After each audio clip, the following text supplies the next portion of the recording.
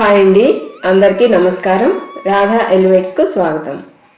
నిజానికి మనమందరం ఒక అద్భుతమైన భారతదేశంలో పుట్టాము. ఇది మన దేశం అని చెప్పుకోవడానికి మనం చాలా గర్వపడతాం. మన భారతదేశం ఒక అద్భుతమైన సంస్కృతి సంస్కారాలకు నిలయం. ఈ సంస్కృతి సంస్కారాల్లో మనం చిన్నప్పటి నుంచి పెరిగాం. ఇటువంటి జీవితం కూడా నాకు దేవుడిచ్చిన అనుగ్రహమే అని నేను భావిస్తూ, ఇటువంటి జీవితం ఇచ్చిన ఆ భగవంతునికి ఈ రూపంలోనైనా కృతజ్ఞతలు తెలియజేసుకుంటూ, ప్రపంచంలో భగవద్గీతకు మించిన గైడ్ మ్యాప్ ఇంకొకటి లేదు అని నాకు అర్థమై, ఈ రోజుల్లో యువతకు ఈ భగవద్గీత ఒక గైడ్ మ్యాప్ లాగా ఉపయోగపడుతుందని, ఈ భగవద్గీతను అందరికీ అర్థమయ్యేలా 18 అధ్యాయాలతో 700 శ్లోకాల తాత్పర్యాన్ని ఎంచుకొని నేను భగవద్గీతను చెప్పాలనుకుంటున్నాను.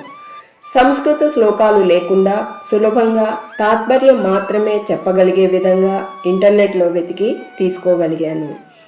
జీవితాలను మార్గనిర్దేశం చేసే ఈ భగవద్గీతను నేను నా గొంతుతో చెప్పగలుగుతున్నందుకు ఎంతగానో సంతోషిస్తున్నాను. భగవద్గీత ఒక్కసారి అయినా చదవాలి అనే ఉద్దేశంతో మొదట్లో సరదాగా మొదలుపెట్టాను. కానీ చదివే కొద్దీ ప్రతి మాట నా మనసుని ఎంతగానో తాకింది. మీకు పనిచేసే హక్కు మాత్రమే ఉంది, కానీ దాని ఫలాలను పొందే హక్కు ఎప్పుడూ ఉండదు అన్న ఆ ఒక్క శ్లోకం నా ఆలోచనలని మార్చేసింది. ఇది కేవలం గ్రంథం కాదు, జీవితానికి దారి చూపే దీపం లాంటిది అని అర్థం చేసుకొని మొదలుపెట్టాను. మీరంతా ఆదరిస్తారని ఆశిస్తూ ఈ వీడియోలో మొదటి అధ్యాయం యొక్క తాత్పర్యాన్ని చెప్పే ప్రయత్నం చేస్తాను. భగవద్గీత 1వ అధ్యాయాన్ని అర్జునుడు విషాద యోగం అని కూడా అంటారు. విషాద అంటే నిరాశ అని.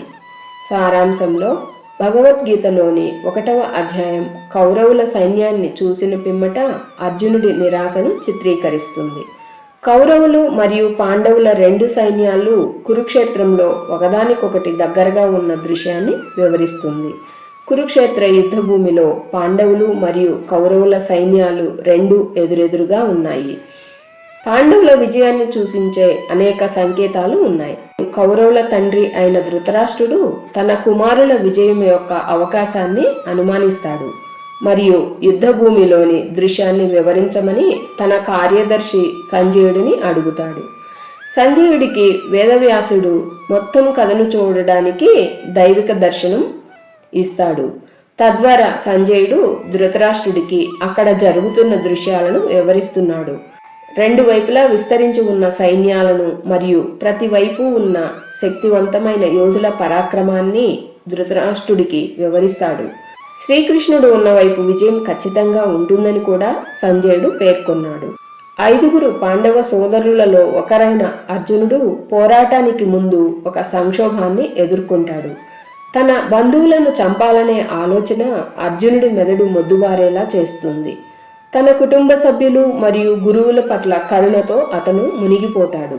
వారిని ఇప్పుడు తాను చంపాలి, కృష్ణుడికి తాను యుద్ధం చేయకూడదని కోరుకునే అనేక గొప్ప మరియు నైతిక కారణాలను సమర్పించిన తరువాత అర్జునుడు దుఃఖంతో తన ఆయుధాలను పక్కన పెడతాడు.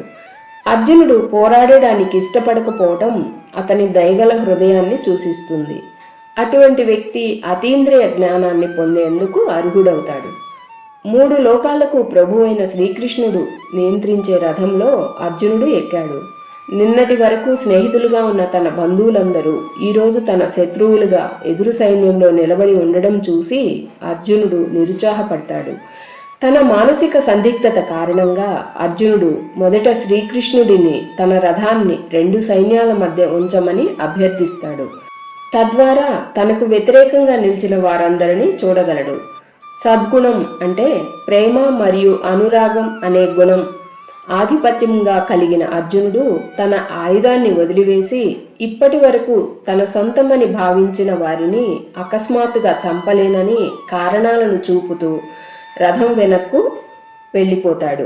దుర్యోధనుడు తనను ఇప్పుడే చంపితే మొత్తం మారణ హోమం నివారించబడుతుందని కూడా అతను కోరికను వ్యక్తం చేస్తాడు.